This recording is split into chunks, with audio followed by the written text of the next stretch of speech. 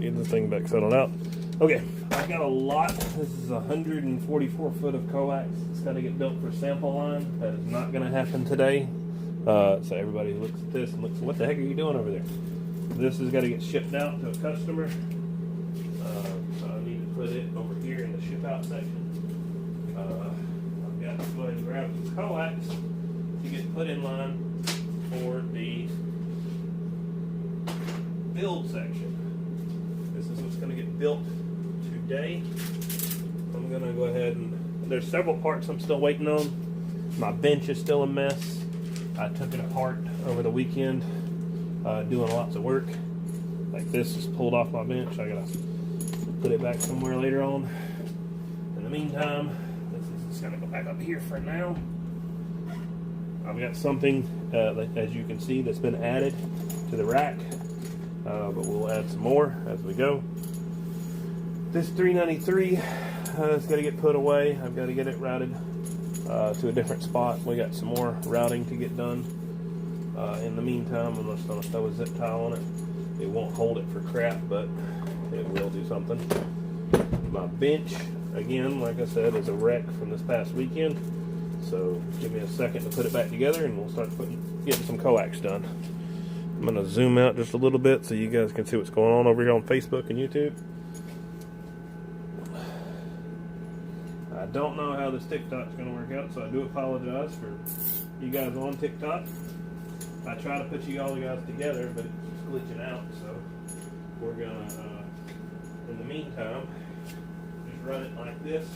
You can see, of course, I've got one coax over here, and we got more stuff to do. What's up, Gavin? Laying a hand, man. I figured out I can use TikTok Live without having to have that freaking 1,000 follower limit. So we're going to get some more 1/2-inch flex right here.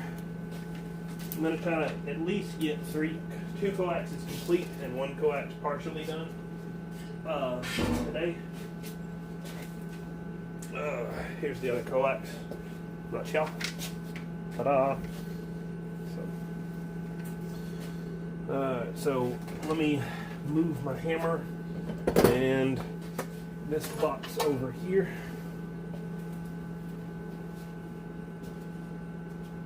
So that I guess we can do something. I'll do something unique for probably TikTok a little bit later today. I say that like it's super early right now. And we got to do a bit of unpacking here.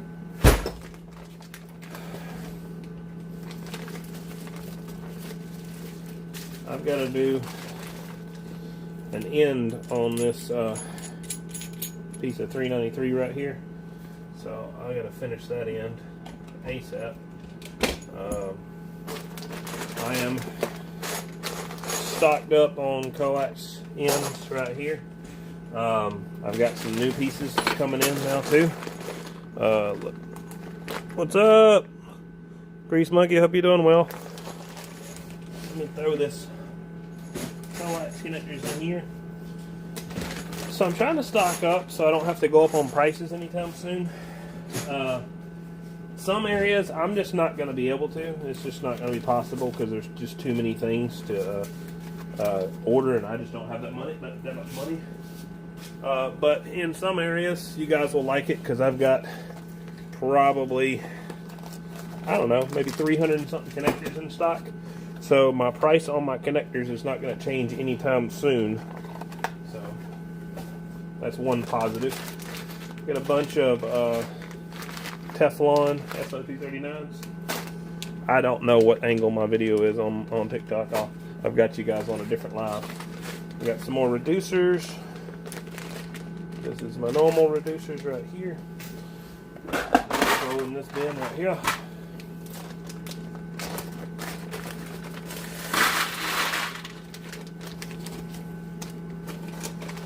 And the bad thing is I still haven't unpacked everything from my last order.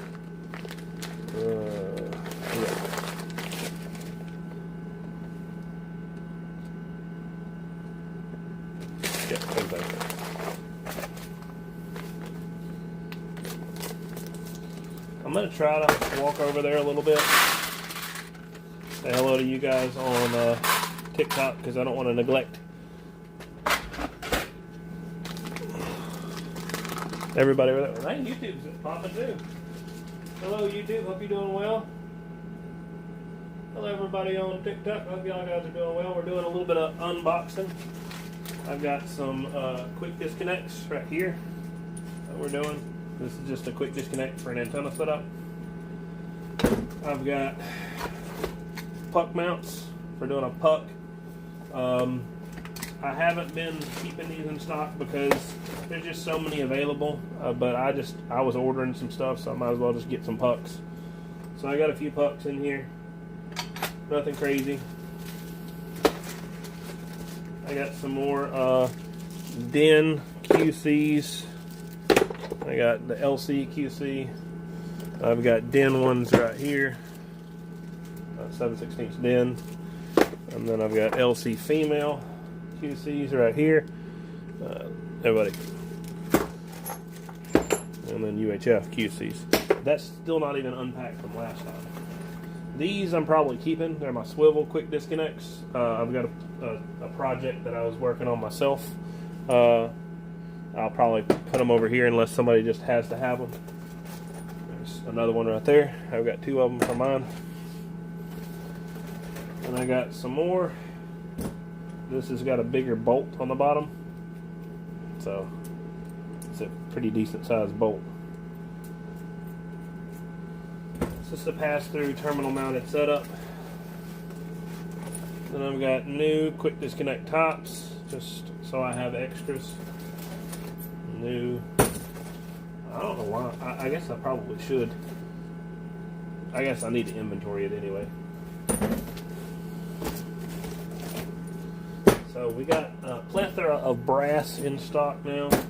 But like I said, I'm just trying to get ahead of some of this stuff and not having it in stock. So I just got it in stock now. So several of these things I'm going to be keeping for myself. But if you guys want them, I don't know if I'll have them on the website because it's a one-man operation here. I get some help every once in a while, but it's a lot, guys. I've got like a crazy amount of stuff that I still haven't put on. I hadn't put my 80,000 watt dummy load, my 10,000 watt dummy load, either one of my 5,000 watt dummy loads on the website yet at all. I even got a 600 watt dummy load. I don't have it on the website either. So, a bunch of pieces here, screws there. Need to go over there. Adapter, another piece here. Whew.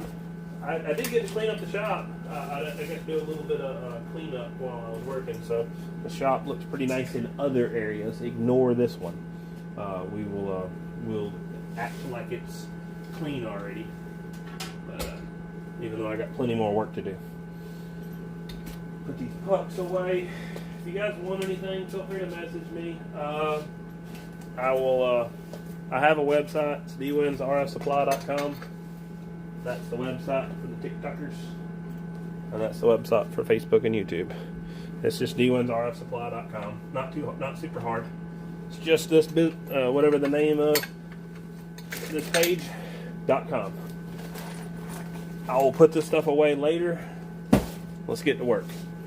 So first things first, I'm going to go ahead and redo an end on a piece of 393. Very rarely do I ever have issues. But I realized on one of my connectors the other day that I'd made a mistake. Apparently the one coax that I did right before it, I made the same mistake, but I didn't realize it. So I'll show you guys what that mistake is, and you guys can see it for yourself. And maybe not make the same mistake. So I'm going to look and check the angle of this other video because I'm not going to be able to touch TikTok for a minute. I'll zoom you guys in so you guys can see a little bit more what's going on. Alright. No audio. Let's go ahead and edit this audio. So let me turn the Bluetooth off real quick. Maybe the Bluetooth won't do it. How is the audio now? Is the audio back? let me know if you can hear some audio. Somebody told me that nothing was working. I wish it had a setting way to put this on here. Hear my voice. No, I can't do that. It won't let me. Alright, tell me if you can hear my audio on TikTok, guys. Hello, hello. Audio or no? What you guys got?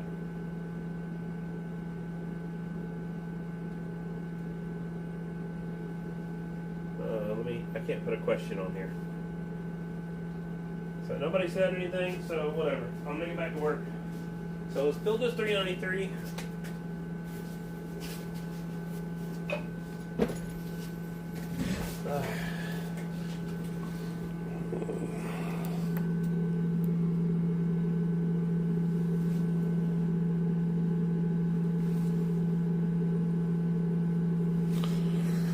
All right.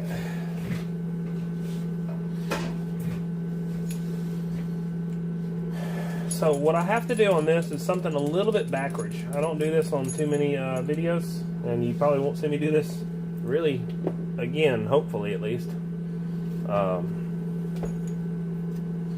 What I'm going to do, slide the sleeve back right here, and then I've got to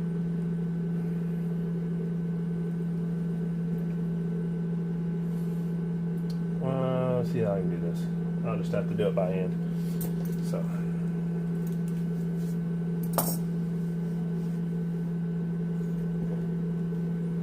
we're going to heat this connection up. I've left a hammer in my way, so we're going to move that hammer out of the way and get to work. So if TikTok audio is still not good, then I'm going to kill the live and restart it. So see if you guys said the audio is good. Somebody put on here and say if we have audio or not.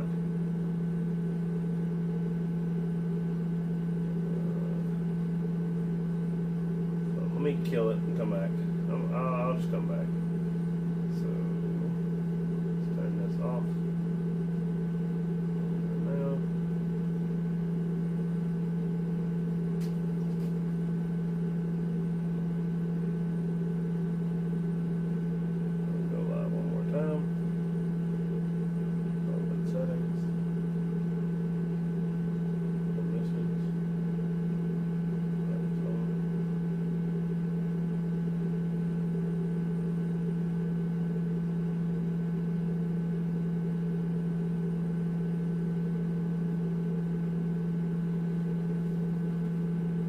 Alright, whatever.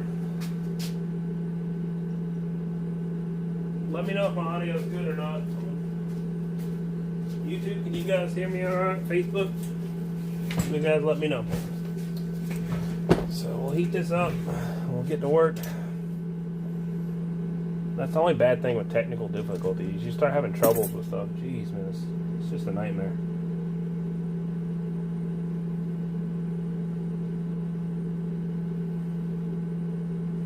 So I gotta heat this up, and my iron over here is off. So I'm working on some 393. I tried to restart the TikTok so we get audio again. You guys said I had no audio, so we are currently working, like I said, on some RG 393.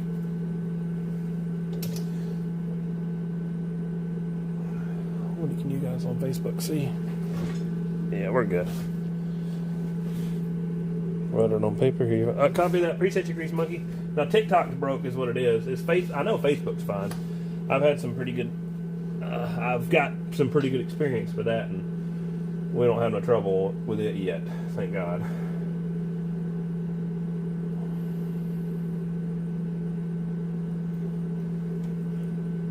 So what I'm doing is heating this up. Go, knocking that booger out.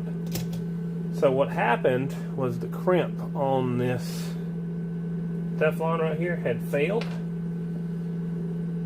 and everything was good, but I mean, if the crimp fails, then the coax don't connect right.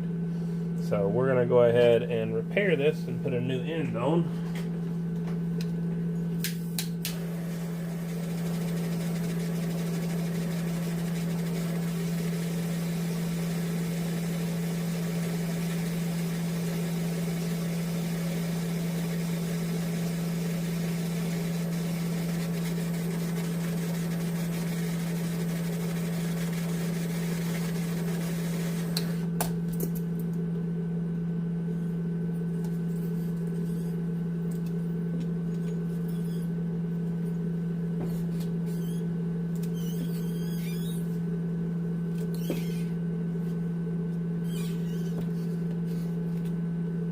Ta-da! So now we have a tinned connection, so I need to look at the end of this contact and see how much I need to do to fix it. So I'm going to check on TikTok one more time and see if you guys have audio now. Let me know if you have audio, let me know if you don't. And then we'll go ahead and finish this connector. Do we have audio over here, guys? Let me know.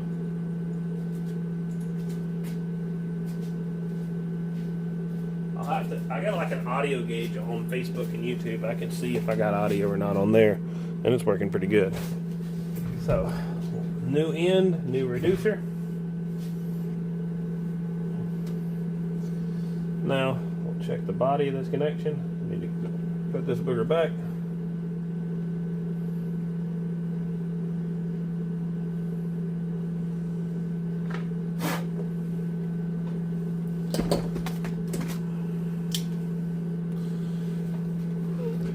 Yeah, we're in a good spot on Facebook. That's good.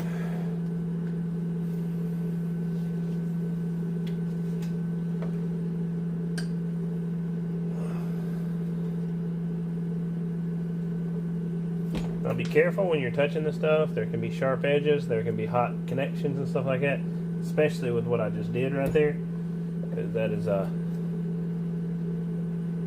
definitely going to be hot if you're not careful. So, use my teeth right here, and then from there, we're going to measure and see how much of the center conductor we're going to use. So we're going to cut quite a bit of the center conductor off. I'm going to go ahead and cut it beforehand, because if you cut it after, it's a bit more of a pain in the neck to deal with.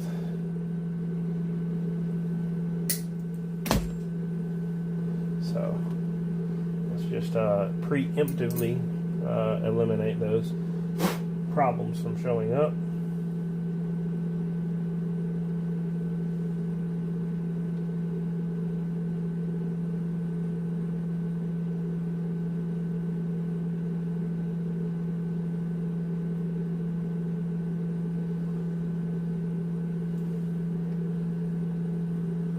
Alright, add this booger on.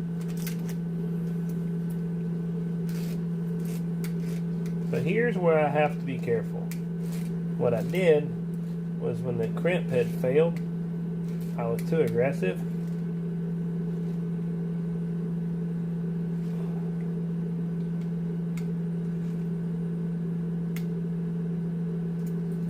There we go. And that is the end of the connection. You can't over tighten this, because the Teflon is just too soft of a material. The crimp will fail. So I over tightened it. Was a little bit overzealous with the build, and whenever I did, I had problems. So learn from my mistake and don't do that. There's a lot of cleanup that I need to do on my bench. I'm not claiming that everything's perfect and ready to go. This is not my operation to try to sit there and say I've got everything done.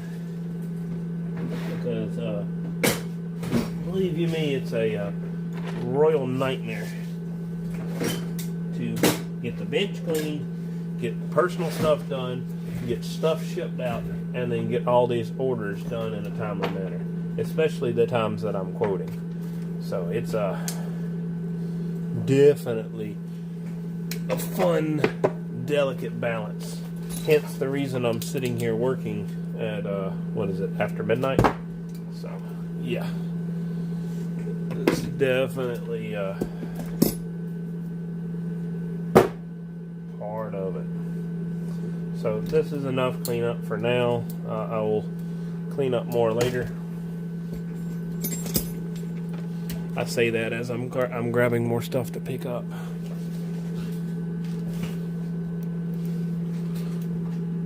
All right.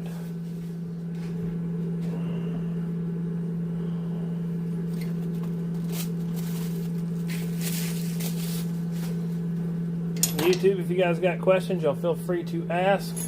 Facebook, TikTok, you guys feel free to ask also. I'll fix this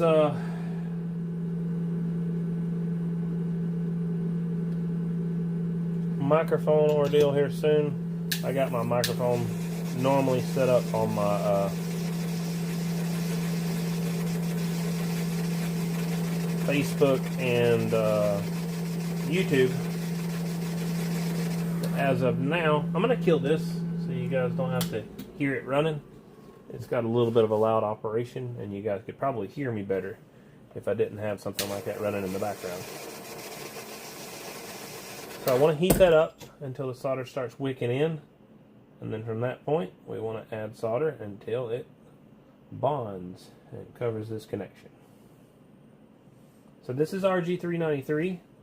Hopefully I have audio on TikTok. Maybe these guys will let me know.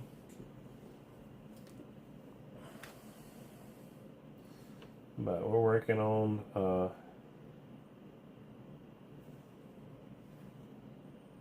some coax right here, showing you guys how to solder.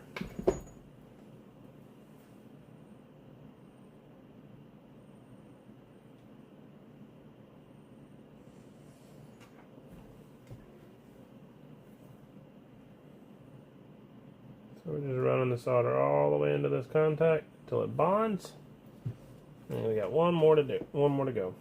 Actually, no, I did 1, 2, 3, 4. They're all done. Now let's do the center conductor. Make sure I still got my ring on there. I do. I've done that before. Put a whole coax together and not have a diagram ring to even sleeve it on. So you can't even screw it in after it's built. You gotta take it back apart. So it takes a bit of solder to take that center conductor and fill it up. I'm going to put you guys on TikTok maybe in a better spot in just a minute, so give me a second. Maybe this is a good spot, maybe it's not, I don't know.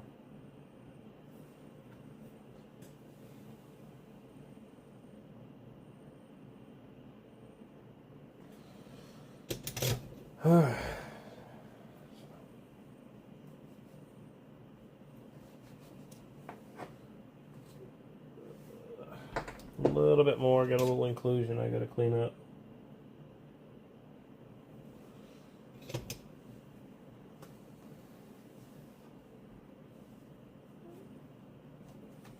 Alright, this coax is getting shipped out.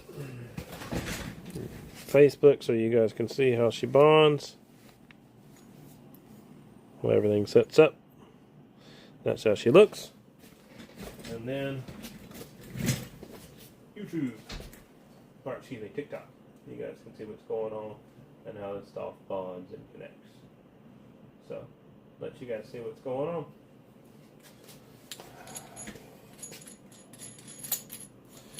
So, that's finished. Now we're going to go ahead and work on some 1/2" flex. Now, I'm going to put this over in the ship out section so it can get shipped out back to its customer. So I got 2 shipments to go out, and now let's go ahead and handle a 3rd shipment. Let's go ahead and get one that can be finished. Let's do that. So this has got that on. Let's pull that off. That goes over here.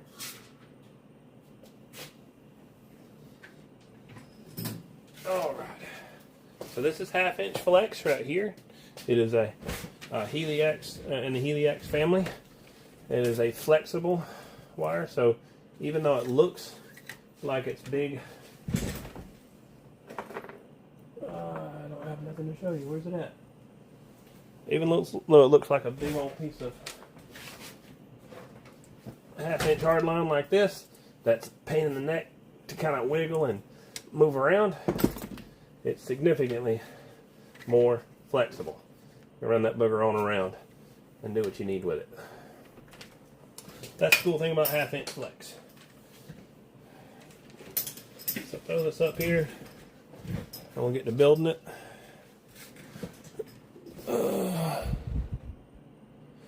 So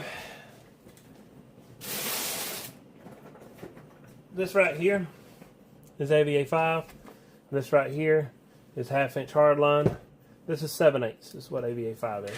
And this is 1/2-inch flex right here. So flex is more flexible. Hardline is just a little bit bigger. And 7/8 is even larger than that. So 7/8 is your AVA 5. I have a connector right here. We're going to go ahead and put this booger on real quick. I'm going to hop into YouTube and Facebook and try to see you guys' comments. See if it'll let me actually search. I'll hop into the live. I can't hop into TikTok live, I don't think. I don't think it's going to be possible. Is a bird sampler for an oscilloscope the same as I would make coal on a... Not necessarily. See, when you put a coil around something, you have what's called isolation. So there's a certain amount of isolation you have based off of having like a specific sampler in a closed housing. So no, it's not the same, but it definitely can function very similar. Especially depending on what kind of noise and what kind of environment you're in, stuff like that.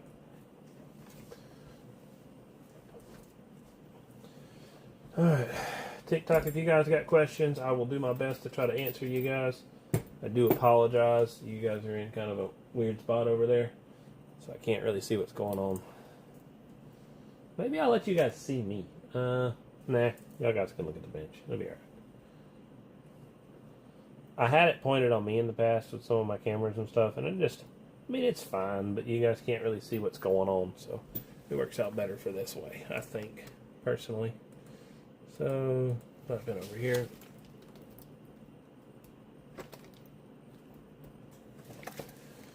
So, let's hop in here. Alright.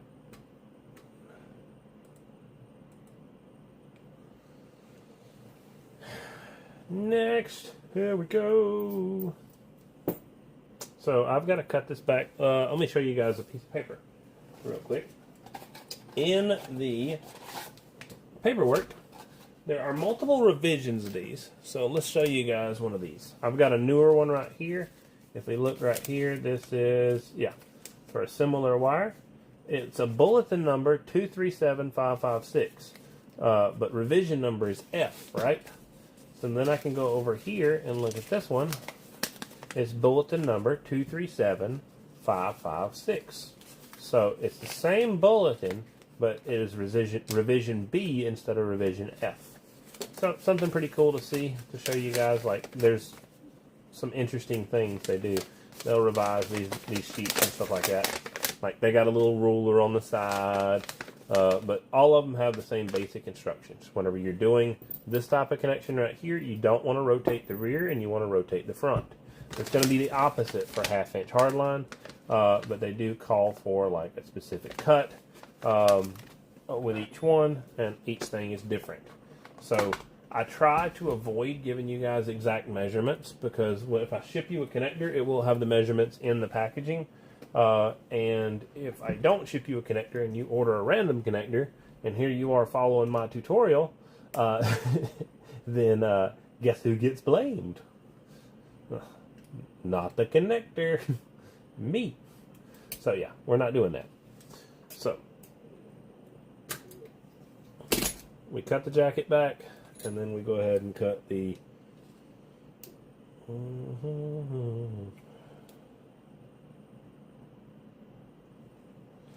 center conductor back right there.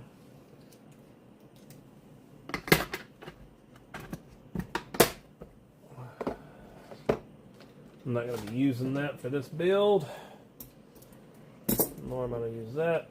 close that up, and we'll see if we can be a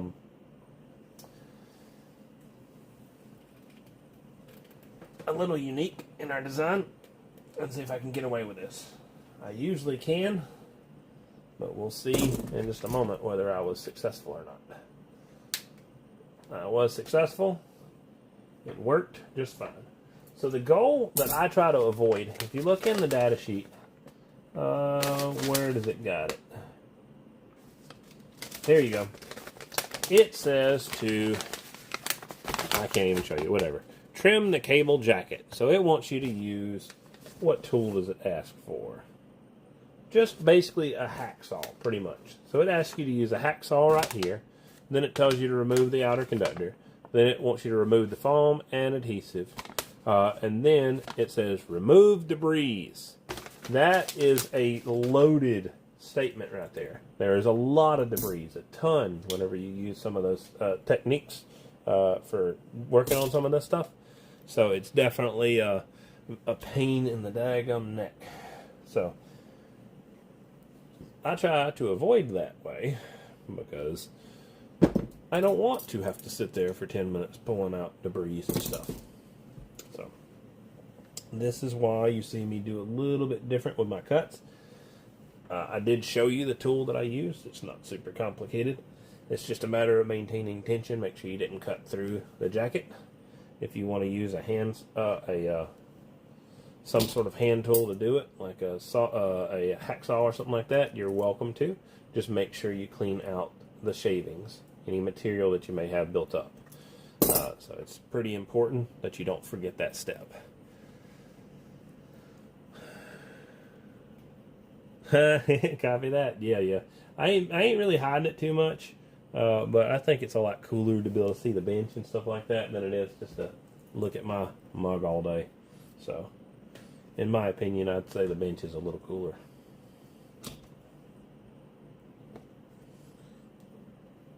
It's the whole point of the RF supply here. It ain't about me, it's about the RF stuff. So what I did was I just forced that connection down pretty quickly so I don't have to worry about this jacket cutting it. And then I look at the spiral helix pattern that it has right here and make sure that it's got proper spacing throughout. If it does, then we're good and we move on to the next step. Take our center conductor, we pull all the extra jacket material off. Then we need to deburr. So I need to measure and deburr. So let's measure.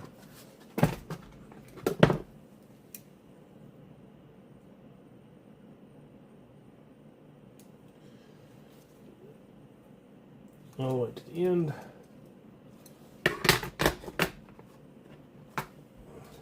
We'll look at this. And chopper. So all we're doing is just cutting that excess off. So there's something that's happening that I don't like too much. It's just kind of irritating me. The end of the center conductor is just a little bit crooked, and that will be a pain in the neck later if I don't address it now. So what I'm doing is cutting towards me and cutting pretty hard, and then even cutting away from me and cutting pretty hard. I want whatever shaving to shoot away. I don't want it to stay close, and I don't want it to fall down in the base of this contact right here. There's always something, but the goal is to have as little as absolute possible, where you can just pick it out like that. So I've already coated this, but let's just coat it a little bit more. So all we're doing is just making sure this thing will move and slide and do what it needs to do and seal up properly.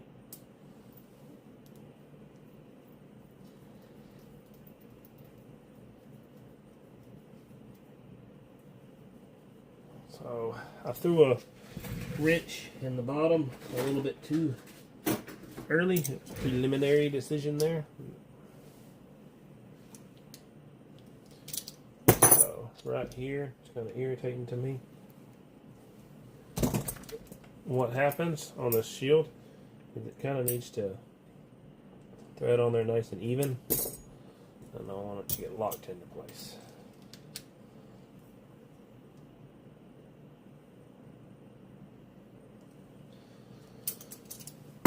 There's our center conductor. Zero that bugger out. Loosen that bugger up. See if I can get a little bit more. Now this is always a risky part of the procedure. If I get too aggressive, then I can damage the coax. 6 and 8 mil, we're good. So now, center body. Push that on until it clicks. And then the back stays still and the front rotates.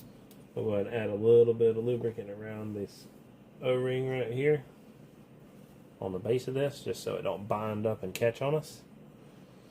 I think I could probably zoom on Facebook. I think we're on that bubbled out view. We'll zoom in just a smidge. We're making some 1/2 inch flex is what we're making. Waving a hand, D-man. Hope you're doing well, man. I'm going to put this up here real quick, since y'all are still at a good angle, but still fine.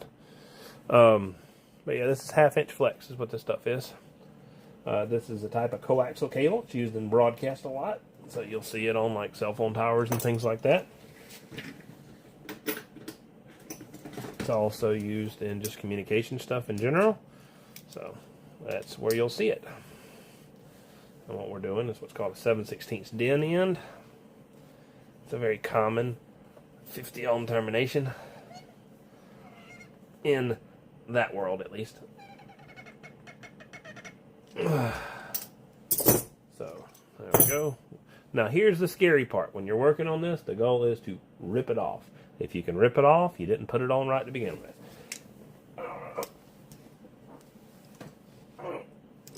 You're not going left and right, you're just trying to go up. So that's the goal. So my daily grunt for the day is over. So now we can go ahead and heat shrink this booger up with the heat shrink that was provided from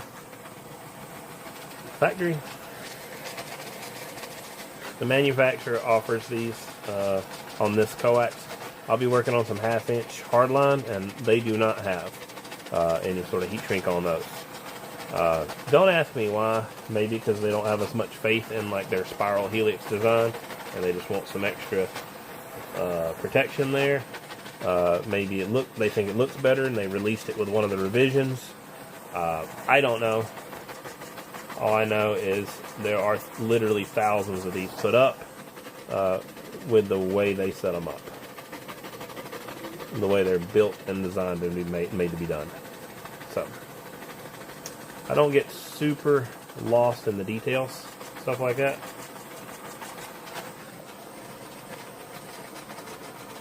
Especially when it's used in broadcast. Well, broadcast and telecommunications. So if it's used in those fields, that's got to have a high degree of ruggedness, let's just say. Alright, so this one's all done and all finished up. So this whole harness is getting shipped right here. This is going out to its customer. And then we'll move on to the next harness. I'll try to check on you over there, TikTok, see how you guys are doing.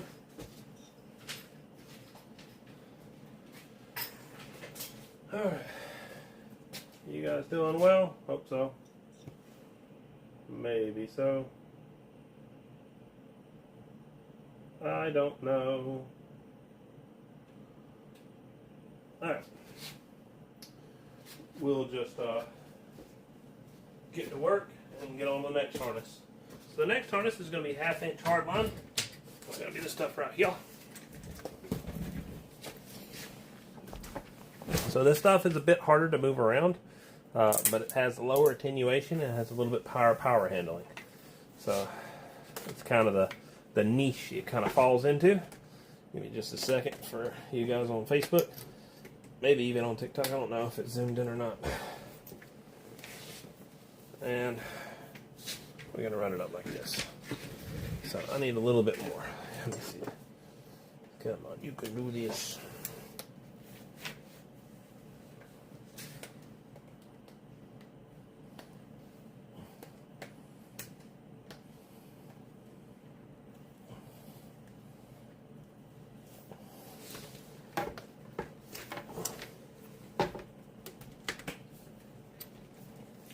Alright. So from here, we just need to straighten out the end of this connection right here. And we need to make sure. A 15-foot RG400 for my mobile FTM 25. Yeah, this is some RG400 right here, right here, right here, and right here. I will be working on that soon, but yeah, so you guys will see how RG400 works here pretty soon. So, in the meantime, I'm working on some 1/2-inch hardline. It's a little bit bigger in the category than that. 400 is like more like a jumper wire, where this is more like a main feed line. But yeah, I was copying what you said. I figured that's what you meant was RG400. All right, so next we're gonna go ahead and get to work on this one. So I need to get prepared, which I thought I was, but I was not. I gotta go grab a connector. So let me find it real quick. So I need to get a 7/16 DIN for 1/2-inch hardline.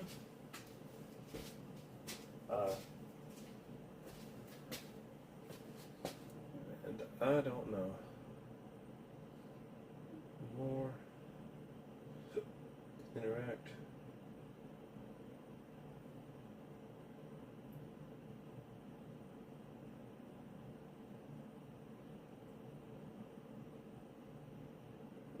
Darn. So I don't know if we have audio on. Hang on, let me grab this 1/2-inch. Oh, that's a 10 mil right angle. We're not doing that. We're doing a 10 mil there, 10 mil there, but we need 10 mil for 1/2-inch. Alrighty. Am I missing an O-ring? So,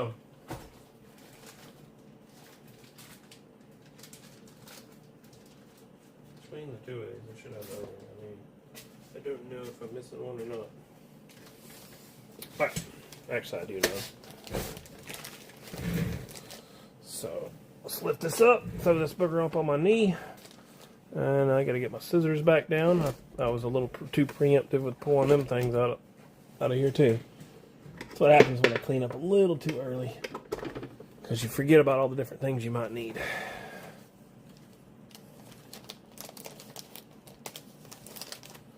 There's a DIN right there. Pull that bugger out right there.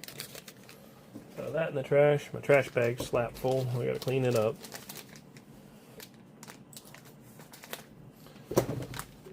Now, if you look at the instructions, it'll tell you all the different parts that you need. So if you look, according to the data sheet, you'll have a connector body, which is going to be this piece right here. So the connector body, or sleeve, or whatever you want to call it. Then you could call this the end or termination, I guess. Then you would have just a spacer piece. You would have a O-ring. And you would have a spring ring right there. So yes, that is all the components that you need. So according to the manufacturer, they want you to do all kinds of other stuff. But the goal is, whenever you build this, you want, what is it? It's 33 mil, and then you want 7 mil after that. You want to cut 33 mil, and you want to cut 7 mil off. So if I was to measure this, right? So I'll measure 7 mil. And I'll go back right here, something like that. It's fine. And I'll look at where I'm going to hit on that connection. So if I look in the light and I hit in a pretty good spot where it's up high on the body of the connector, something like that, that'll be fine. I need to start on the high end of the flange once I cut this center conductor back, and then I cut the body back from there. So total length overall, it's going to be 33 mil.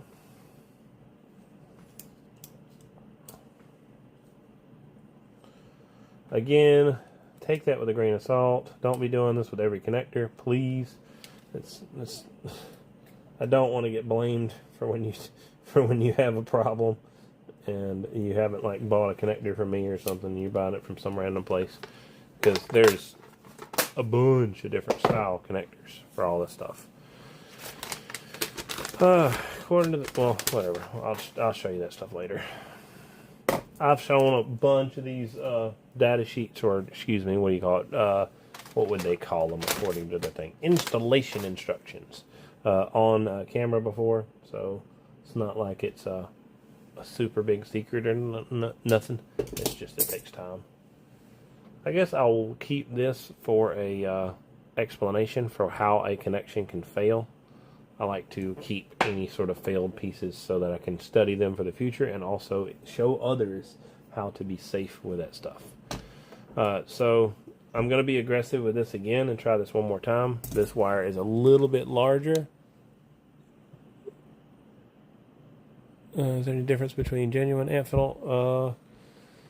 Amphenol silver plated. Okay, so this right here is a silver plated coax with Teflon ends, with Teflon dielectric. But yes, there is a difference. If you go down here, I call it unobtainium. I got so much connectors here, it's crazy. So unobtainium is one of these. So you got Amphenol right there, and you'll take that part out right here, and it will look a bit different. I could not say that the sleeve or crimp is going to be any better because it's Teflon. You can't, I mean, maybe these little added punch divots right here. 1, 2, 3, 4, 5, 6. One of 6, I think 6 divots, maybe 7 divots. Let me start on this edge right here. 1, 2, 3, 4, 5, 6. Yeah, so 6 divots. So maybe those extra divots along with this little ring crimp is going to be more than sufficient to hold it in place. But I think not. Don't hold me to this. I think this one failed also when I over tightened it. So just don't over tighten it. that's the main key. But yeah, this is unobtainium. This has got your gold plated center contact right here. Your silver plated body right there. It might be brass on the center contact, or it might be gold. I don't know. I have to look it up. But it's just made very well and designed for doing a very good job. But it's unobtainium and a pain in the neck to get. So I usually keep other Teflon connectors in stock, like quite a bit of them. But I do still keep some unobtainium if somebody just wants to buy it. That's the cool thing about being an RF supply. I try to have it all. I got some, I mean, talking about connectors and stuff, I've got some 7/8 EIAs and stuff like that. These are like ridiculously large connections. I've got some 1 5/8 field flanges. I've got some full out 1 5/8 connectors all together, like that right there. So I've got all kinds of stuff everywhere. Probably stuff I should have put up a long time ago, but it is what it is. I keep it out so I can show you guys. So let's see if this works. I'm trying to be aggressive.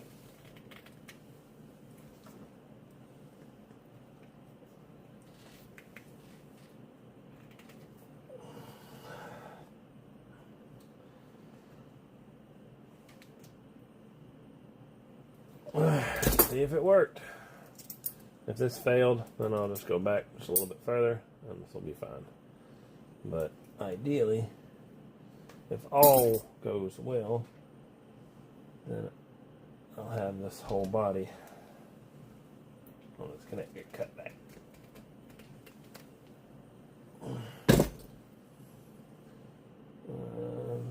Pretty close.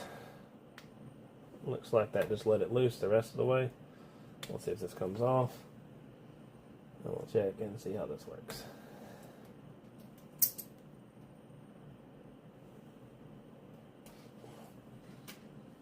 Looks like it worked pretty decent. Let's see if I can build a decent flange off of that. Hopefully I can. If I can't build a decent flange, then I'll just, like I said, cut back another ring and it won't be the end of the world. I try this method just because I would like to, if possible, have the opportunity to not have to clean out shavings. I've done it plenty of times before, so it's not really the end of the world if I have to. but I try to avoid it if I can help it.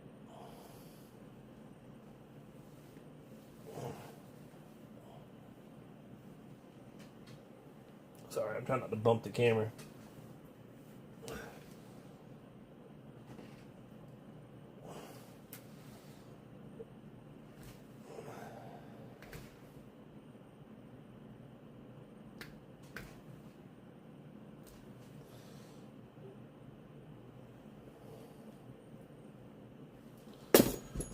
So,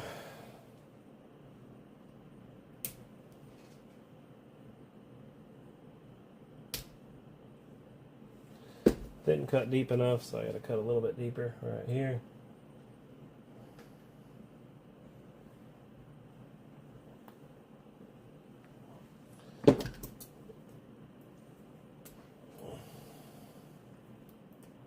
There we go. So now comes off right there.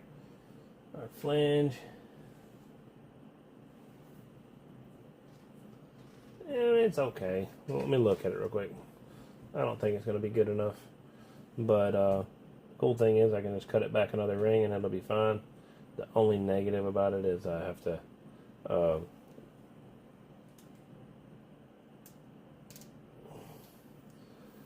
slide this body on over here.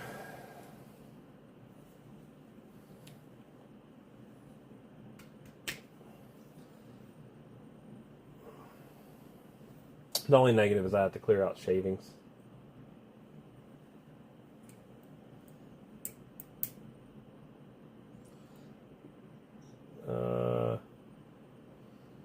I don't like that, so we're not doing it. So we're going to hit this thing with the Dremel right here. You guys will see how that works here in just a second. So it's always great and fine and dandy to do everything perfect the first time, but I like to give at least that stuff a shot because this right here is annoying, to be honest.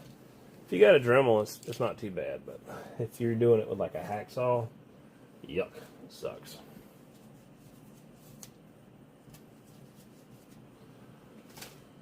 So here we go. We're gonna go ahead and cut this booger off.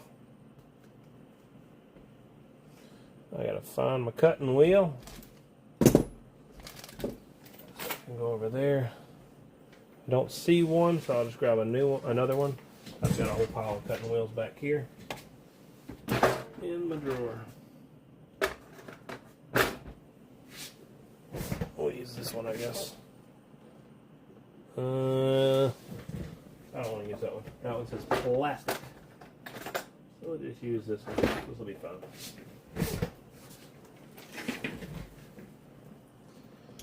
I've yet to figure out if TikTok has audio or not. If anybody can check on that, let me know.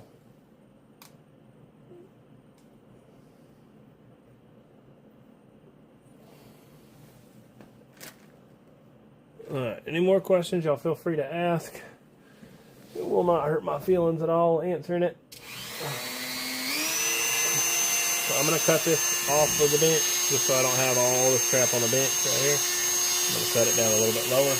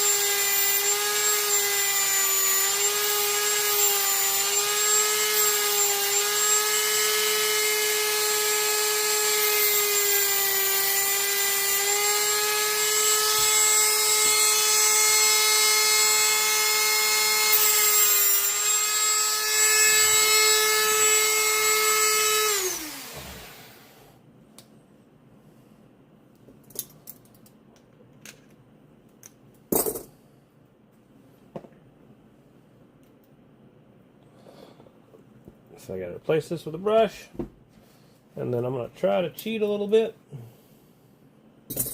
and get some of the stuff prepped beforehand.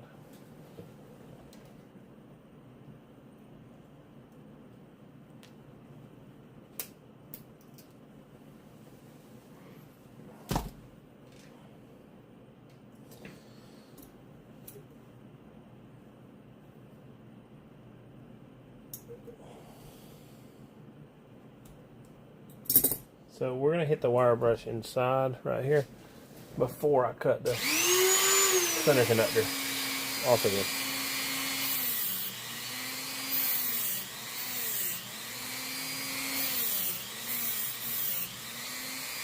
So I'm going to try to use it like a deburr tool.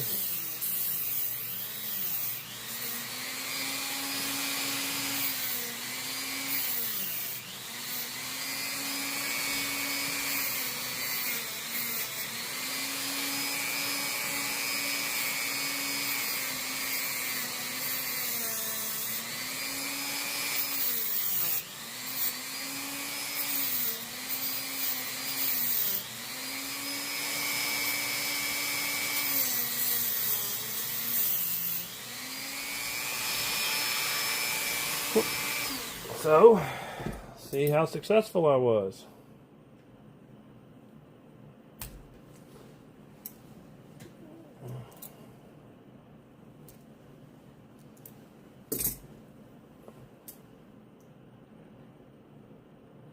It turned out pretty well. I don't really have much complaints. I don't have to do a lot of cleanup. So whenever I do this flare on this flange, then I will. I have to do a bit of a deburr, but we'll see how this goes. I'm going to try to make sure you guys can still see me over there at TikTok, and then YouTube land. I think you guys see me pretty good, but I'm going to hop over there real quick and check. Yeah, YouTube can see me pretty well. Facebook's about went to bed on me, but yeah, you guys can see all this stuff. In Georgia, WR style. So let's go back over here. Let me see if I can put this in a better spot. We'll see how this goes.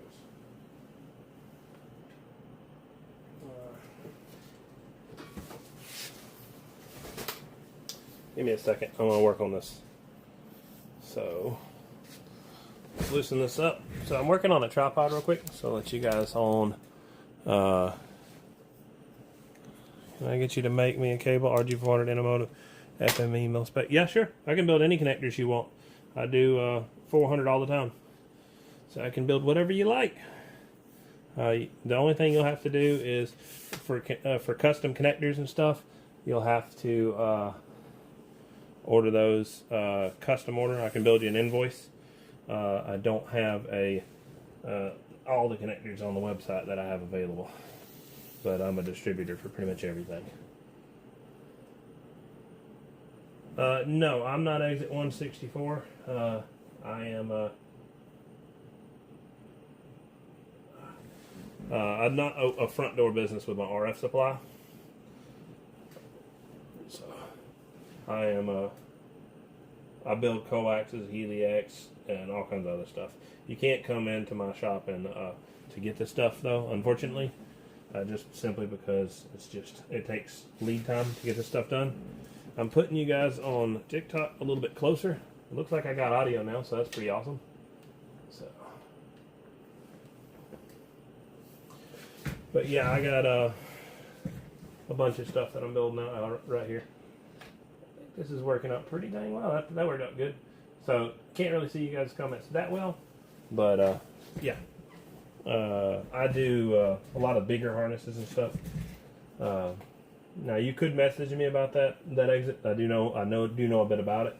But that would, it's not what I do here at the RF Supply. Alright, so I got to do a little bit of cleanup right here. So we're going to go ahead and run this flange down. Let me turn this connection over here so you guys can see what's going on.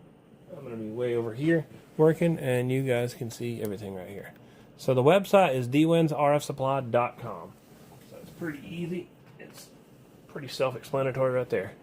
It's just thisname.com. So I don't have those custom connectors. I do have UHF connectors, and I have many others available, but it's just too much to list on the website. It's kind of crazy, to be honest, with how many options that are available.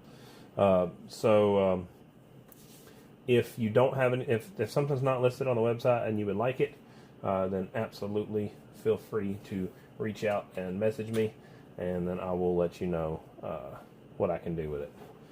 So we'll go ahead and set up this flange right here. Gotta be careful, because I did cut myself the other day. Whenever you take a sharp piece of copper like that, you can easily get yourself cut, like something like the end of that or something. Just watch what you're doing. Be careful. So I need to cut this end shorter, but I'm going to go ahead and flare and build my flange first. So what I like to do is I'm going to push this out. But the reason I haven't cleared out the rest of this inside is simply because whenever I do this, it drops some material sometimes. So as it drops that material, I'm going to go ahead and take my wire brush again and go back in here, clean out all the excess material on the dielectric, and then we are going to finish the flange up. So in order for this flange to make contact, the shield or the body of the coax connector has to make contact with the mating surface of this right here. So what has to happen is after I build this big flange and set it up, the dielectric has to get out of the way. So I'll show you guys how that works in just a moment. And that's basically just get a wire brush in here and start cleaning. Put your safety glasses on, because there's a lot of material thrown with this stuff. So don't end up with something in your eye or something stupid.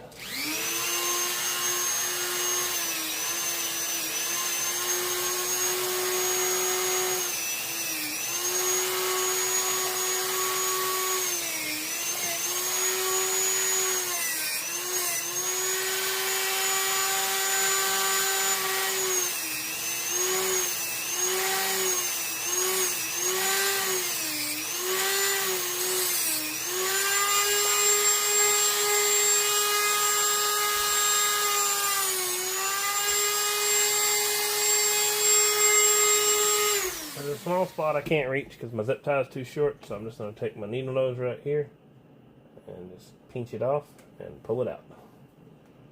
It's not super complicated. I've done it all with the needle nose before, but I would show you guys the Dremel method also. I like to make sure you guys are kind of well versed in what options you have, because there are multiple ways to get to the same result. The goal is to try to find the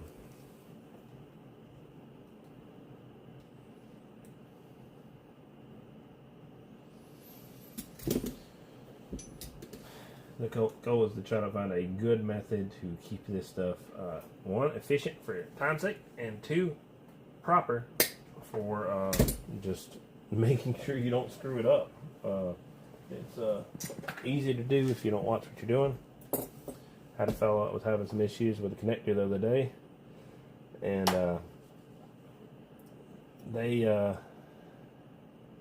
were messaging me about it. So whether or not they got it resolved or not, I don't know. But they were having issues. They had continuity, but they did not have SWR, so they could not actually get it to read proper through the connector, and they had a DIN connector on here. So you can mess it up. Just keep that in mind and just take your time, do it the right way, and maybe it'll work out pretty well for you. Alright, so I'll stay over here for you YouTube fellas. For TikTok over here, anybody else have any questions? I'm trying to answer you guys. What's up, Papa Smurf on the sand pile? Waving a hand, man. 161 in the stone.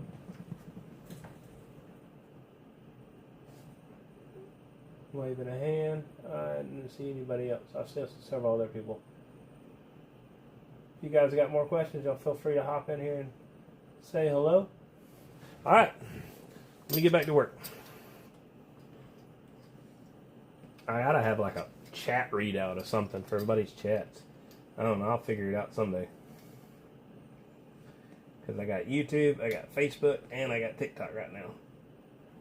So, it's a lot to keep up with. I think I'm doing pretty good right now, though. Because Facebook's kind of slow at the moment. Let me hop back over here and see how it's working. Alright. I'm a supply company, Alex. I do deal with a lot of HF operators. I deal with a lot of freebanders. I deal with a lot of broadcast guys, and I deal with a lot of guys in the aircraft industry. But I deal with all of it, but not specifically stuck on anything particularly.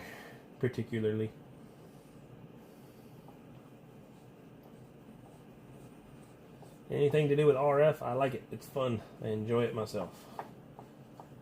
So, I got a big crank up that I was fiddling with. You got to see it on Saturday, I believe.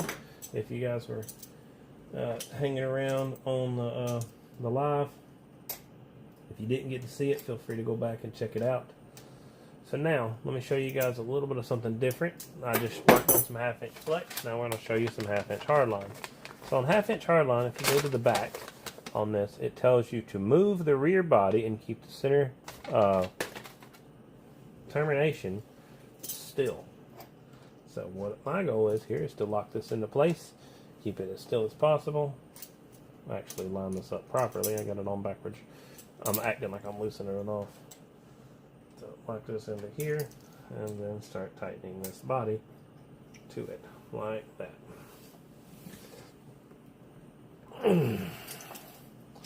There we go. Now, your goal from this point, again, is the scary part. You spend all this time, you spend all this effort, you put it all on. Now, try to pull it off. So, pretty hard. Really about as hard as you can, within reason, and try to pull it off. If you can pull it off, it wasn't put on right. It should be able to withstand any sort of lateral force here. I mean, within reason. I mean, I might be pulling 90, 100 pounds of force or something like that. So it ain't like I've got like this all the leverage in the world and I'm putting my legs into it and I can rip the, I mean, you'll rip the daggone flange off altogether. But you just, like I said, want to keep it reasonable. Whatever you can pull in this kind of motion or this kind of motion with your rear tricep or I guess your bicep pull, it shouldn't pull it off. Unless you're some ridiculous bodybuilder or something. Then we can say something different at that point. This is finished. We are done with this. We're going to go ahead and go back to another 1/2-inch flex harness. That will not be finished. We'll only have one end on it. But I'll just let you guys see this one's done. This is the completed harness for this one right here. For the guys who have stuck around to see. So now, I'm going to grab a 1/2-inch flex real quick, and we'll go ahead and get one connector on that, and then we'll jump over to some RG400. RG400 will be another coax that I'll be working on here shortly. Let me grab the next 1/2-inch flex harness. It's going to be right here.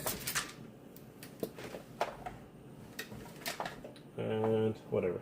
I'll leave that right there for now. That's going to have to be held up by my leg, but I'll show you guys how it works in a second. So, at some point in time, I'm probably going to need to restock. So, I think I've got probably another several months that I can work without having to get new connectors. Hopefully I can maintain my pricing. Like my connectors right now, if you were to buy a DIN connector from me, they're like $20. So I'll try to maintain that as well as I can for as long as I can. and then we'll cross the rest of that bridge when we come to it. Alright. Hello, everybody on TikTok. Hope you guys are doing well. Trying to see if anybody else is saying hello. Alright. So we're doing, again, 7/16 din on some 1/2 inch flex. You guys got to see a little bit of that earlier, but I'll show you guys one more time. Tips and tricks for the RG400. I will show you guys some RG400 if you hang out for long enough. After I finish this connector, shouldn't take me too long. Then I will jump straight over to the RG400 and show you a UHF connector and some of the methodology that I use in putting the connectors together. So, I've done, I don't know, probably at least, I would say about 100 of those coaxes live.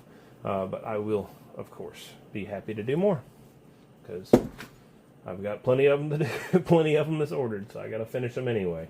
The cool thing and my philosophy with this is if I got to do it, I guess I'll let you guys hang out with me and see it.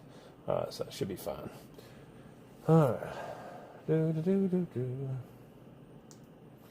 So we'll go ahead and disconnect your body, or this, excuse me, this rubber seal, pretty much. It's not really an O-ring, it's more like a seal. And this O-ring right here. Make sure that's all coated. Clean this junk off my fingers. And now, let's go ahead and cut this booger back. I need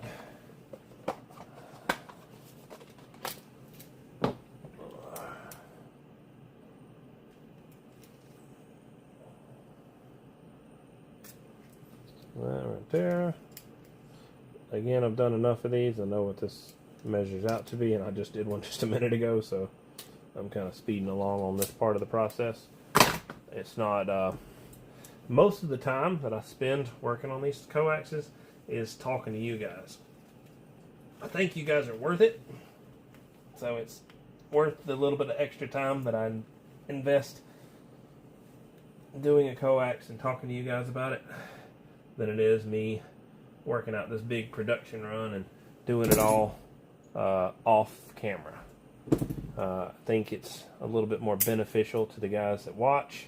I think it's really nice to the community to help them out. I don't care. I mean, I guess the ones who wouldn't really care is the guys in like, I mean, I sold to an airport the other day. I don't really think they care about seeing how I built their wire. But stuff like that is, I guess, would be an exception. But for the most of the guys, anybody who does this is a hobby, whether they're in, I mean, really any portion of the frequency, doesn't matter what it is. If they're dealing with communications in general, then you are my customer. No. I don't care if it's moon bounce. I don't care if it's HF. I don't care if it's free band. I don't care if it's regular CB dudes. It don't matter to me.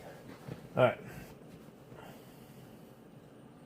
Because, look, the thing for me is it's about teaching, and it's about you guys learning more than it is about a specific community over one another.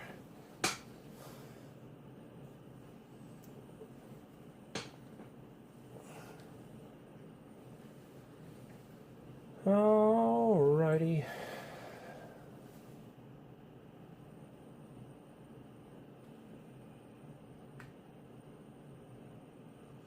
If you guys are willing to learn, I'm willing to teach. I guess that would be probably the most apt response to what I do and why I do it. But the way I see it is I got to build it anyway, so might as well do it live. Now, it's probably a little bit funner playing music and stuff than it is just hearing myself talk. But if you guys comment and ask me questions, especially when it comes to the more technical stuff, then it is a bit more enjoyable just because it gives me more to talk about. But some guys kind of think it's like a trick question. It's like, oh no, I get to ask free questions? What is this? And where do I have to pay? I don't know. It's just, I find it funny sometimes. because it's like they think it's a trick. So I've been doing it for several years now. I started, I've been doing this stuff since like 2015, if not even before that, really. But officially, I started this around 2019, the end of 2019 or so. And it turned into D-Win's RF supply rather than just... Alright. Rather than just me working at it and just doing it. It turned into something I did it as a business, I suppose.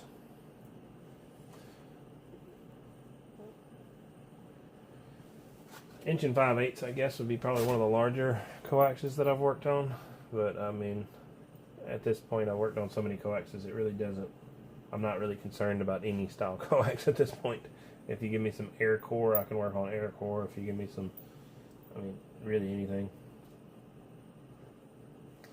But now I do other stuff, too. I put some power supplies together for some guys. About 10 years ago, I built like an 800 amp supply. I don't know how much more of that I'll get into, but I definitely do still have a bunch of depending on what voltage, between about 90 amps, 91 amps I think is what it shut off at, and 100 amps, depending on if you go to 220 or not module. I think I got about 3,300 amps versus worth of those. I'm not sure how many more I got left. I might have more than that somewhere. I think it's the last time I inventoried.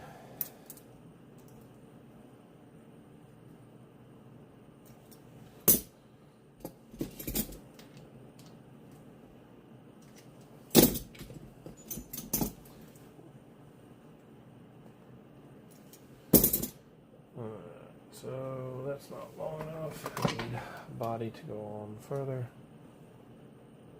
What's that, mil? Well, we want about a half a mil further, so let's keep. That's pretty much all she wrote right there. That's pretty good. No complaints. So now from here, I got to find the nice, handy dandy fancy.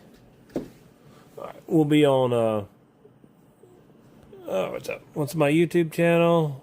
Littlefoot in the Gulf of America, from the BYU already. It's D-Win's RF Supply on Facebook. So that's, or excuse me, on YouTube. So you just type in D-Win's RF Supply. It's D-Win's RF Supply on TikTok. And it's also D-Win's RF Supply on Facebook. So it is the same exact name for all. If you want to find it,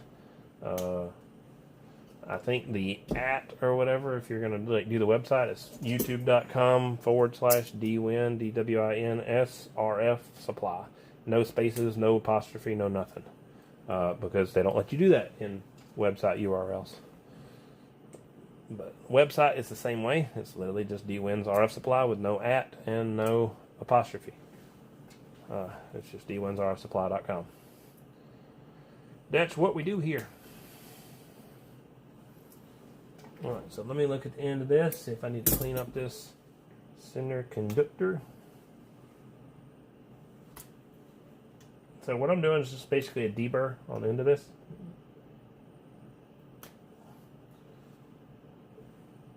No sharp edges.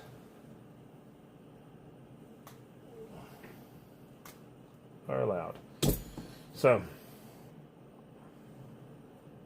keeps this nice and clean. I'm going to go ahead and knock that off of there. There is a bit of dielectric material on one side, so I need to make sure that material is gone and out of the way. There we go. Now, center body, pop it down, and then this stays still and the front tightens up. So I need to get my other... These are my ratchet and box wrenches. They're pretty good when the spring's a little strong in them. See, the spring's a little weak.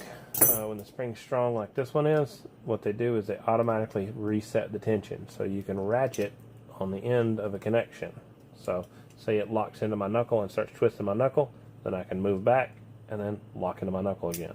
So it's pretty cool. So ratchet and open-ended box wrench. So that's pretty sweet to be able to have that option. So of course, with any sort of box wrench, you got to have some degree of tension on them, or excuse me, any degree of ratcheting function. You have some degree of tension on them. So if you look right here, see, there's ratcheting right there, and then tighten it up, ratcheting back, and then tighten it up, ratcheting back, tighten it up. It's pretty sweet in its operation when they're new. Now when they get old and the spring gets weak on them, they're pretty neat for just a wrench to kind of bust my knuckle here. They're pretty sweet for just a wrench that does multiple sizes. This will do 16, 15, 16, 17 millimeter, 19/32, 5/8, and 11/16, and it can go up larger than that too. They just don't ratchet very well at that. This does 18, 19, and 20, 23/32, 3/4, and 25/32. Again, goes up larger, but doesn't ratchet very well at those higher levels, so, or larger sizes. So, all right, again, try to pull the connector off. If you can't pull it off, it's on there just fine. So I have had on rare occasions something happen, and I'm about to check that now. Let's see if this is unique.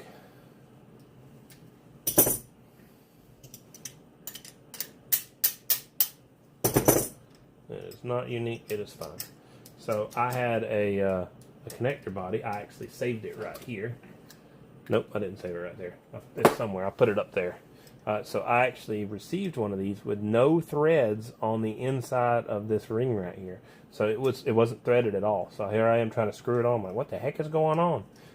And it literally wasn't threaded at all. So that was a pretty wild scenario there.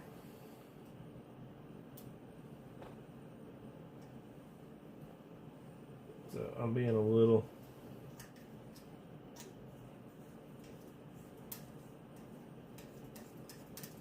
impatient with that. On new connectors like that, the body will kind of takes a second to start spinning because there's just a lot of machining that goes on with building these things.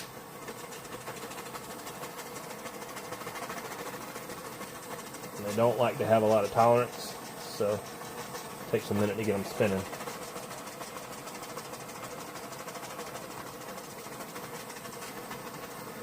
Do you have any antenna tower stuff? Nothing with them. Yes, I have.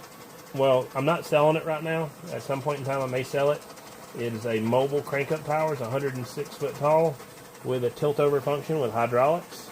I have 300 foot of commercial tower that I'm selling. It is 36-inch face. I have, of course, all your heliacs and stuff like that. What other things you asked? Antenna. Not a whole lot of antenna stuff. I have thrust bearings. I have several rotors. The rotors, I'm not sure the condition on, so I might not sell them. It's one of those things where I just don't want to get involved with selling something I'm not sure of. I think I have a G5500 Yaesu, which is the azimuth and elevation rotator. But I probably will end up keeping that one just because it's a unique little piece.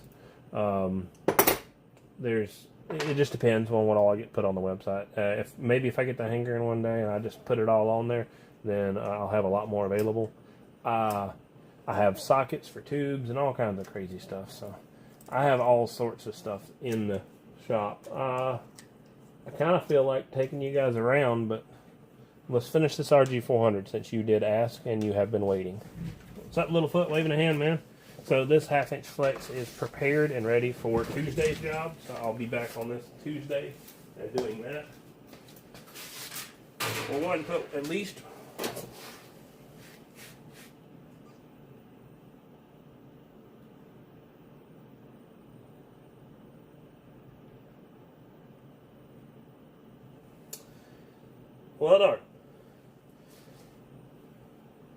my TikTok broke it decided to stop going live. It says it went live, and it didn't go live due to an internet error.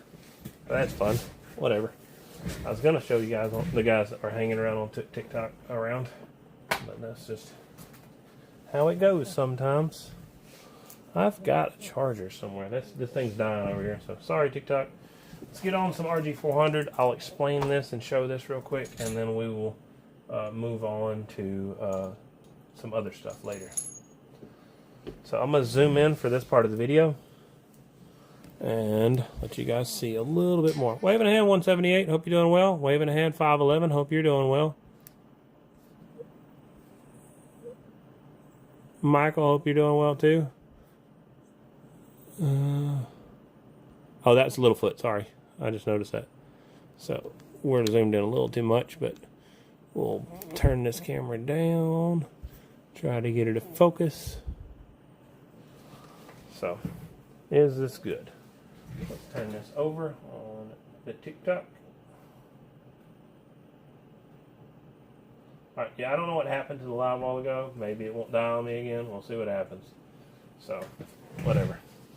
Alright, so now, I'll show you how I do this. So we take our body, we take our reducer, because we're using a UHF connector, and the UHF connector does not have a connector that direct fits to this, or it does, but I like to use these. They're significantly better made. I do have some other type of connectors. I guess I'll show you real quick just so you can see it for yourself. This is a smaller connector that I did. This is also made by Amphenol right here, but it is a smaller connector body right there, and that is a kind of a hybrid crimp and solder connector. I do that one too. That's from my quick disconnect ends. So I don't care what it is. I mean, I've got some now I don't specifically build these, but I can easily. It doesn't hurt my feelings, or it is not difficult for me. So if you look right here, I have some little SMA connectors right here for RG400. Can you guys see that in the shot? Nope, you cannot. Let me zoom out a little bit. Zoom, zoom, zoom. There's on the edge of the camera, right there. Little SMAs right there. That's what I get when I hyper zoom in sometimes. I zoom in too close, and then I start trying to show you guys other stuff, and it just it doesn't work. It's too far out of the shot. So, alright. What's up, guys, on TikTok? Hope you guys are doing well. Again, on YouTube, I'll show you guys this connection. I think most all this is in the shot. If I could zoom in and like have the camera like track my hands, like they have cameras that track your face and stuff for some of these gimbals, because I got two what is it, DJI Osmo 6 gimbals. They're pretty good. They do a good job. They do have some face tracking functionality. I don't know how well they work, but they're pretty good gimbals. They do a good job. What I'll do on a double braided jacket like this, I like to use a pick because it makes your life a lot easier. Anybody who's ever pulled braids out of someone's hair, and it's like a super tight braid, they'll tell you in a heartbeat, use a pick. Now, me, I hadn't had a lot of experience with that, so I learned the hard way. So I was pulling the stuff apart by hand, telling everybody to take their time, and that's all fine and dandy. It is okay, good. It's definitely good to take your time and to do it the right way. But when you can do it in about a quarter of the time with a pick, get a pick. just do the pick. So if you don't have the pick, you can still do it by hand. Don't feel like you're up the creek without a paddle. You're okay. You can still make it work. So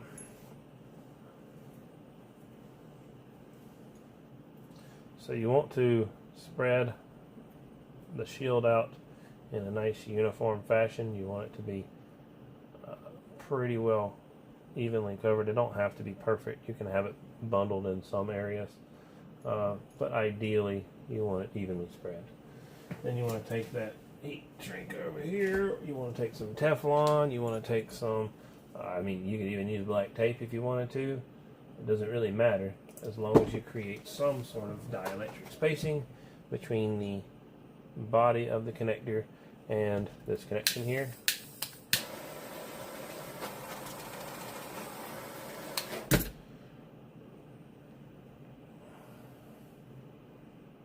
I showed my favorite method, which was actually using a Teflon, but that was pretty intense, to be honest. It was kind of difficult. I had to modify all kinds of stuff to be able to make that work. But it was pretty neat. I was pretty happy with how that turned out.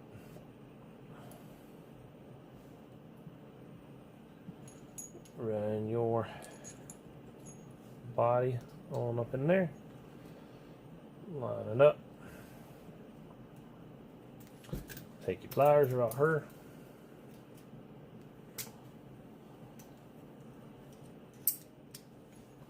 Get my pick out of the way. Grab my other pliers right here. This is a little multi-tool. It's got your needle nose on one side. It's got your regular pliers on the other side. I got it just because it grabs the part of this body pretty good. So I just hold that nice and still. Rotate this part. The reason I do that is because this is an FEP jacket, fluorinated ethylene propylene, and that FEP jacket has a very low friction coefficient, so that means I can slide on the body of this connection pretty easily without having to worry about nothing. And then I can keep this nice and pretty looking. Now, I did slide on it a little bit, so it doesn't look as pretty, but it's more of a vanity thing than it is anything else. So you can tighten the back of the body just fine.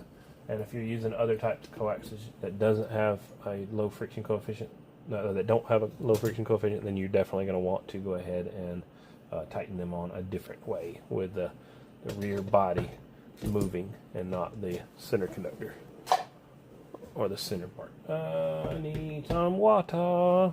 So I've got to wet my sponge right here. For the guys on TikTok, you guys can see it. For the guys on Facebook, it is off to your right and out of sight. I didn't mean to rhyme. It just happens that way. I'm just good like that.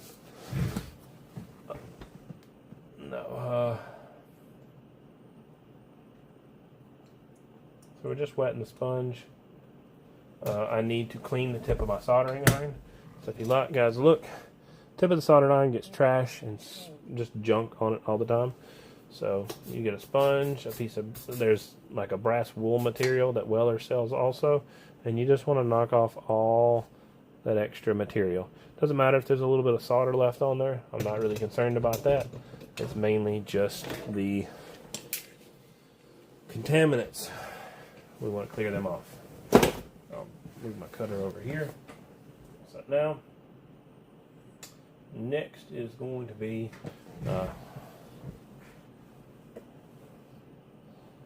sliding this motor up here.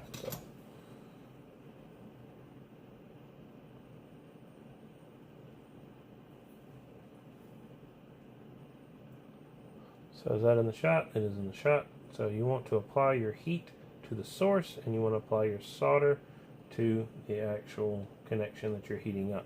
You don't necessarily want to apply solder to the body. I messed up a little bit. I very rarely do that, but I just did. So it's part of these videos. Sometimes that's just to make a mistake on a video.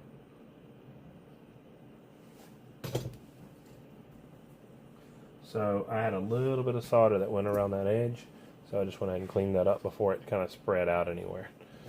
So you want to fill up again the hole.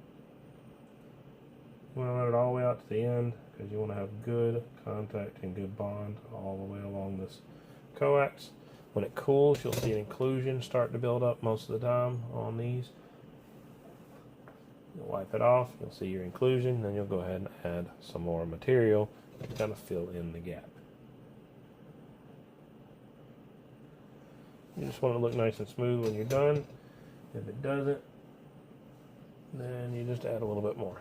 Again, it's more of a vanity thing, but also you don't want to have any extra holes in your solder. where water or anything else could actually build up and fall back into your body of your coax. That could be a problem. So when it's nice and smooth with no inclusions, then you can kind of be a lot more confident in your connection. From here, the next step is going ahead and holding your heat on the connection point and adding some solder. If I held heat on for long enough, then it would bond, but I don't like to overheat the body. So what I do is I rapidly heat it up so that a lot of this heat doesn't wick down the rest of the coax. So solder just wicked in right there, so that means we have enough heat, and now we can localize our heat to our soldering points rather than spreading it out over the length of the wire. Now, is it going to hurt this wire? Not necessarily, but is it good practice to just heat it up and heat it up and heat it up and hold the solder on it forever? No, not good practice. So you want to localize the heat as much as you can, because also there's another benefit to this. It keeps the solder from running. Solder likes to, when it's super liquidy, solder will like to fall to the lowest point. So what will happen is you'll be trying to fill up these holes, and solder will be continuously dripping out the bottom. That's what happens when you overheat the connector body and you don't have localized heat to each one of these areas.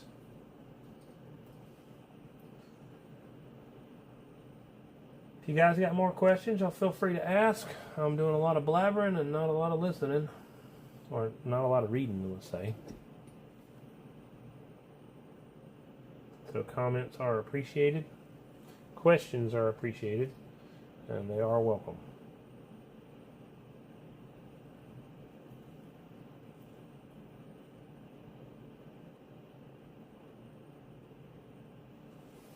So, showed you guys how that bonded all the way through. Explained to keep even heat on it, and also to try to preheat. What we want to do is clean up our little rosin core on the inside of this connection, make it look nice and pretty. So now you don't see all that extra solder throughout. There we go. And that's what the end looks like, and you can see my mistake right over there on the end. Same thing for you guys on TikTok. You guys can see how that soldered on there. Nice and good. So, from here, I'll go ahead and show you guys a little bit of the bench, a little bit of the RF supply, and a little bit of what I do, and some of the things that I sell. So, not necessarily, unless you're doing this for an outdoor source, you can always put some a glue-lined heat shrink over the back of this connection right here. But mounted in this position, it's pretty well sealed. But really, a UHF connector is inherently weak for weatherproofing, just to be honest. So if you wanted a more weatherproof connector, you want to go to like a DIN connection or something like that, or other connections that exist out there. So let's pull you guys off the gimbal right here. I'm going to do something a little weird, so give me a second for you guys on YouTube land. I'm going to have to set you up some kind of weird, so just look at this, whatever, bench for a minute. Look at that wrench. So I'm doing something a little extra and pulling this gimbal off, and we're going to kind of walk around the shop and let you guys see what all's going on. Same thing for you guys on, let me zoom out real quick. Same thing for you guys on TikTok. We'll pull this out and zoom out, and as long as I got battery, then we will be on here. So let's show you guys what we got going on real quick. Let me loosen this up. Sorry, the other phone is in the way. I'm working with two phones right here. So turn this back over here. So some of the things that we have that we sell here is RG400 right here.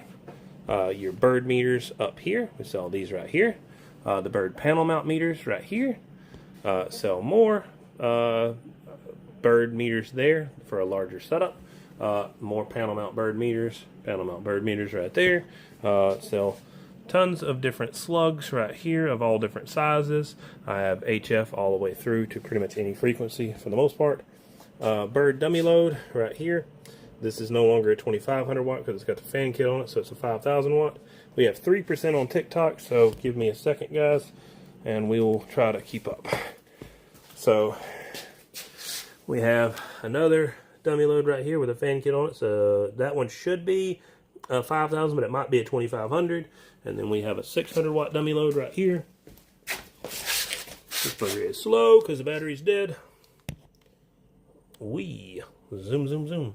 Alright, so let's see all that. We got some high voltage capacitors over here. You guys can see all those.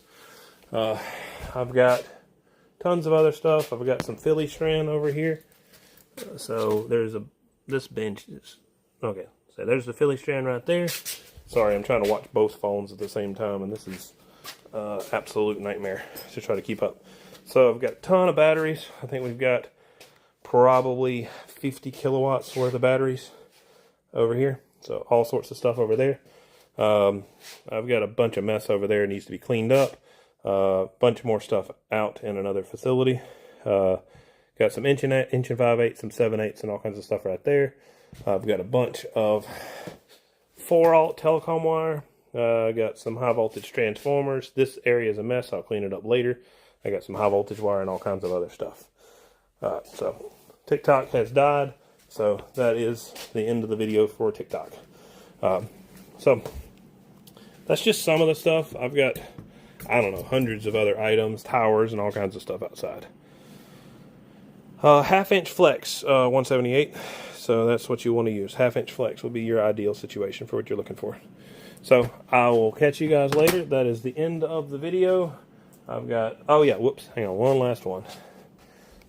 There's a Bird 10,000 watt dummy load right there, and one more fancy one for the YouTube land, for the YouTube guys that stuck around. I will let you guys see.